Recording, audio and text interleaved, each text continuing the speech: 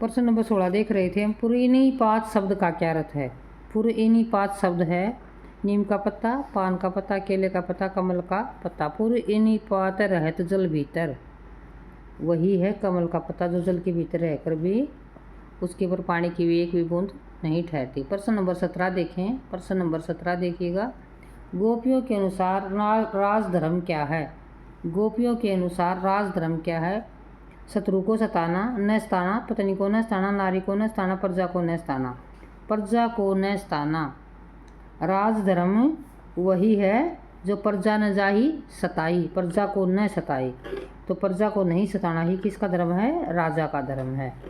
अब प्रश्न नंबर 18 देखो। श्री कृष्ण गोपियों का क्या चुरा ले गए भाई? तन, मन और आगे क्या दिया है ऑप्शन में देखते हैं भाई। धन, कर्म, मन, क्या क्या चुरा कर ले गए हैं? गोपियों का मन चुरा ले गए हैं। प्रश्न नंबर 19 देखें। गोपियों के लिए योग का संदेश कौन गया था? कौन ले गया था भाई? सबको पता है, उद्धव गया था योग का संदेश लेकर। बिल्कुल आसान प्रश्न देखो, 20, 22 और 2017 में पूछा गया है। प्रश्न नंबर 20 देखें। जागते सोते एवं स्वप्न में रात दिन गोपियाँ क्या रटती रहती हैं? गोपियाँ क्या रट रहती हैं? क्या रटती रहती हैं? बस ये प्रश्न पूछ रहा है। 2019 में आया है।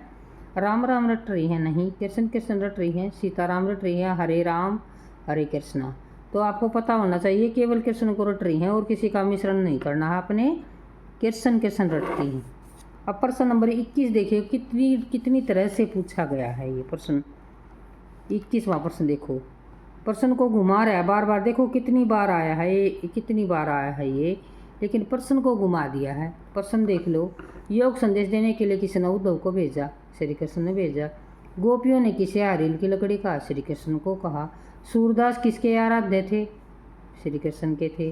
गोपियों के अनुसार पहले से चतुर कौन था? श्री कृष्ण था। गोपियों का मन कौन चुरा ले गया? श्री कृष्ण चुरा ले गया। गोपियों के अनुसार किसका मन चंचल है? श्री कृष्ण का मन चंचल है। फिर क्या पूछता है? किसने गोपियों के प्रेम की मर्यादा नहीं रखी? श्री कृष्ण ने नहीं रखी। गोपियों ने किसे आरेल की लकड़ी का? श्री कृष्ण को कहा। गोपियाँ किसके पास गुहार लगाना चाहती? श्री कृष्ण के पास लगाना चाहती हैं। चेतना अवस्था में गोपियाँ किसका नाम रटते हैं? श्री कृष्ण का रटती रहती हैं। तो सारा का उत्तर जो श्री कृष्ण है। आगे पाछा नियम थोड़ा श्री कृष्ण के आगे है भाई सब कुछ। इसके प्रश्न थोड़े ज़्यादा बढ़ेंगे, धैर्य रखिएगा। 10 मिनट की 12 मिनट की वीडियो बनेगी। गोपियों के अनुसार योग शिक्षा कैसे मन के लोगों के लिए उचित है?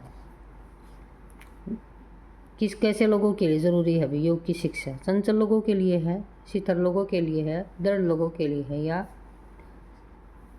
सवाल लोगों के लिए है? तो चंचल लोगों के लिए, जिनका मन चक्री। ये संदेश उन्हीं को दो जिनका मन चक्री, यानी जिनका मन चक्कर काट रहा है ना, उसके लिए ये संदेश। ठीक है। प्रश्न नंबर 23 देखो। सूरदास किस रस के श्रेष्ठ कवि हैं? ये वात्सल्य और श्रृंगार दोनों रसों के श्रेष्ठ कवि हैं, इसलिए सी के साथ हम जाएंगे। सी इसका राइट आंसर रहेगा। श्री कृष्ण ने आरिल की तुलना किससे की है? श्री कृष्ण ने आरिल की तुलना किससे की है? गोपियों से की है, जो श्री कृष्ण के नाम रूपी लकड़ी को अपने सोचों में दबाए रखता है। जिस प्रकार आली पक्षी, वैसे ही उसके नाम को वो धारण किए हुए हैं। प्रश्न नंबर 25 देखो। चाहती होती गुहारी में गुहारी शब्द का क्या अर्थ है? गुहारी होता है पुकारना, रक्षा के लिए पुकारना, रक्षार्थ पुकार। प्रश्न नंबर 26 देखो। हारिल पक्षी की क्या विशेषता है? लकड़ी को अपनी चोंच में पैरों में पकड़े रहता है। पैरों में पकड़े रहता है। हारिल पक्षी की क्या विशेषता है? नर पक्षी है, पैरों में लकड़ी पकड़े रहता है। रतौंधी रोग हो तो उसको हो जाता है, या शाकाहारी है तो यह पैरों में लकड़ी पकड़े रहता है भाई। जिस प्रकार से गोपियाँ अपने मुंह में श्री कृष्ण का नाम पकड़ रही हैं, वैसे ये पैरों में लकड़ी पकड़े रहता है। प्रश्न नंबर 27 देखिएगा। जिनके मन चक्री से सूरदास का क्या अभिप्राय है? किसको कहता है जिसके मन चक्री हैं? जिनका मन अशिथिर है उसको कहा जिसके मन चक्री। सूरदास के पदों में किस भाषा का प्रयोग है? कौन सी भाषा सूरदास के पदों में बार बार पूछा जाता है? ब्रज भाषा का प्रयोग हुआ है भाई।